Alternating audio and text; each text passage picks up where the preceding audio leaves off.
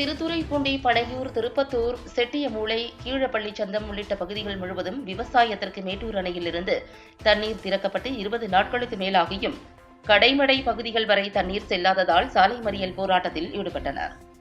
திருவாரூர் மாவட்டம் திருத்துறைப்பூண்டி வட்டம் பனையூர், திருப்பத்தூர், செட்டியமூலை, கீழப்பள்ளிச்சந்தம், ஈசானாங்குடி, விளக்குடி, ராயநல்லூர் கிராமப்புற பகுதிகள் முழுவதும் தமிழக அரசு ஜூன் 12ஆம் தேதி விவசாயத்திற்கான தண்ணீர் திறக்கப்படும் என அறிவித்து ஜூன் 12ஆம் தேதி அதேபோன்று தண்ணீர் திறக்கப்பட்டது.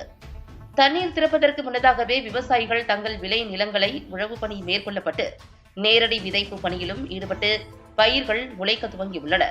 ஆனால் இதுவரையிலும் 20 நாட்களுக்கு மேலாக ஆகியும் கடைமடை பகுதிகள் வரை தண்ணீர் செல்லாததால் பனையூர், திருப்பத்தூர், செட்டியமூலை, கீழப்பள்ளிச்சந்தம் உள்ளிட்ட கிராமப்புற விவசாயிகள் மேட்டூர் அணை வரலாற்றில் 90 ஆண்டுகளில் அணை திறந்து 19 தட்டாங்கோவில் தடுப்பணைக்கு தண்ணீர் வந்து சேர்ந்துவிடும்.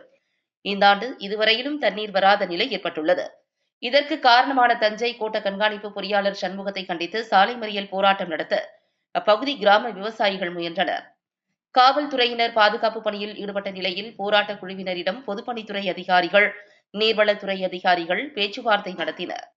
இதில் உடனடியாக தங்களுக்கு அனைத்து விவசாய நிலங்களுக்கும் கடைமடை பகுதிகள் வரை தண்ணீர் செல்ல வேண்டும், இல்லையென்றால் தங்களுடைய போராட்டம் தொடரும் என கோரிக்கை முன்வைத்ததன் அடிப்படையில் முழுமையாக தண்ணீர் வழங்கப்படும் என வாக்குறுதி அளித்ததன் பேரில் தற்காலிகமாக சாலை மறியல் போராட்டம் கைவிடப்பட்டது.